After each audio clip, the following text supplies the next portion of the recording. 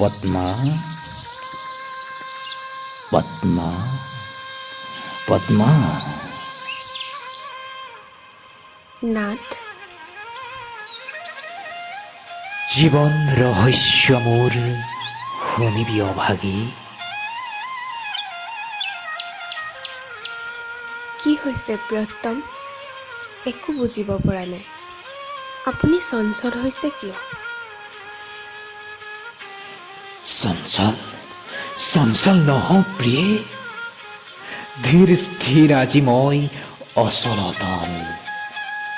জানা, জানা কোন মই? জানো, আপুনি মোৰ স্বামী, মোৰ গুৰু। আপুনি মোৰ দেৱতাৰো দেৱতা।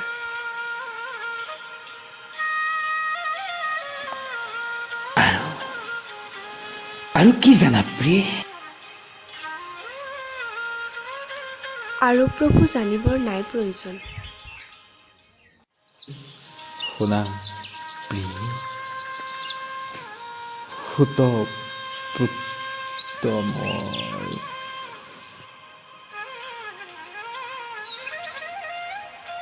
জানো প্ৰিয়তম। নাজানা, নাজানা, তুমি একো নাজানা প্ৰিয়ে। সুতপুত্ৰ মই আছিলো এদিন,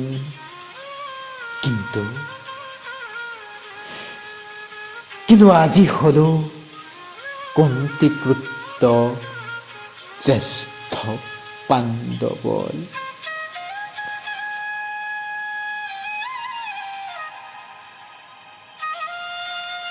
উপহাস নকৰিব প্ৰভু।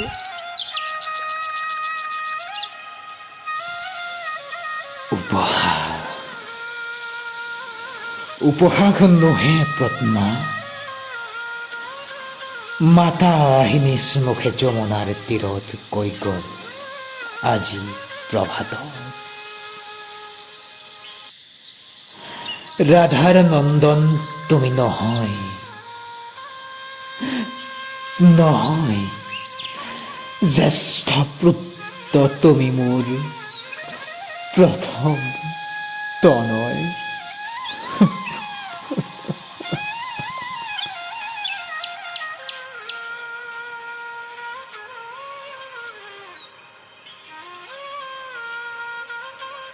দয়াময়, আপোনাৰ অনন্ত লীলা, অপাৰ কৰোণা।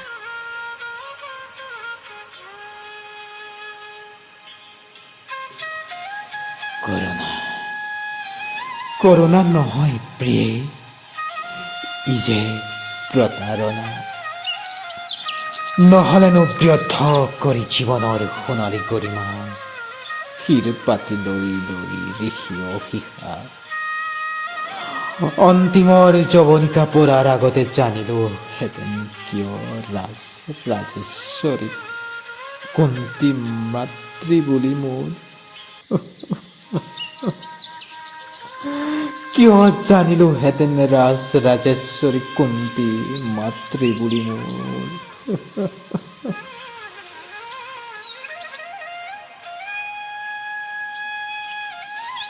স্বাৰ্থপৰ, স্বাৰ্থপৰ, সমগ্ৰ পৃথিৱী মাথো স্বাৰ্থৰ আকৰ।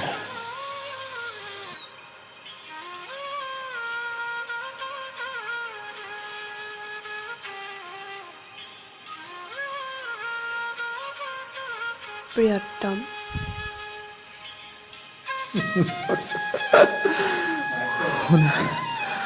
শুনা পদ্মা, কলংক কালিমা সানি শৈশৱৰে পৰা সহিলো যাতনা কত, কত অপমান কতা। তেতিয়াতো জননীৰ নেকান্দিলো প্ৰাণ। হীনকুলোদ্ধৱ আচাৰ্য দুৰ্নয় অস্তহিত খানি দিলে ঘৃণা।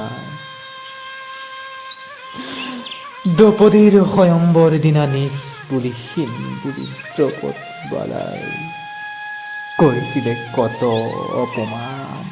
সুতক নকৰো বুলি বৰ মাইল লগা কতা। তেতিয়াতো জননীৰ নেকান্দিলে প্ৰাণ। আৰু আজি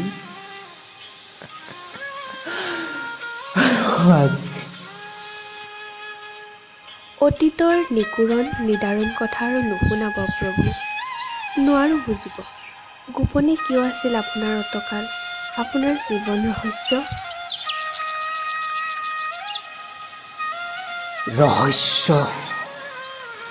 ৰহস্য বাবে পদ্মা, জীৱনৰ ৰহস্য মোৰ গোপনে আছিল ইমান দিনে অতকালে পদ্মা। জীৱনৰ ৰহস্য মোৰ গোপনে আছিল ইমান দিনে পদ্মা।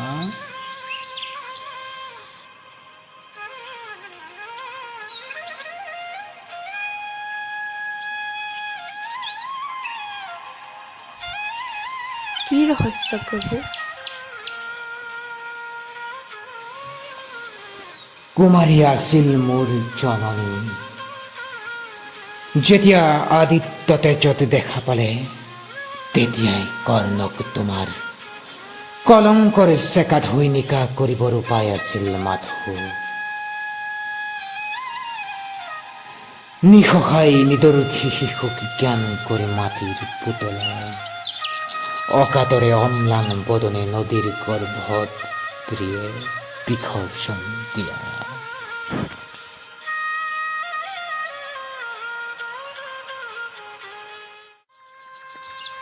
বিসৰ্জিলে নদীৰ গৰ্ভত? নিদিব কিয় প্ৰিয়ে, নহলে যে নেথাকে নাৰী সতীৰ মহিমা। গৰ্ভজাত সন্তানক কোন সতে চেনেহী মাতৃয়ে? ক্ষান্ত হোৱা পদ্মা, তথাপি জননী মোৰ আৰাধ্যা জননী। এতিয়া কি কৰিব প্ৰভু?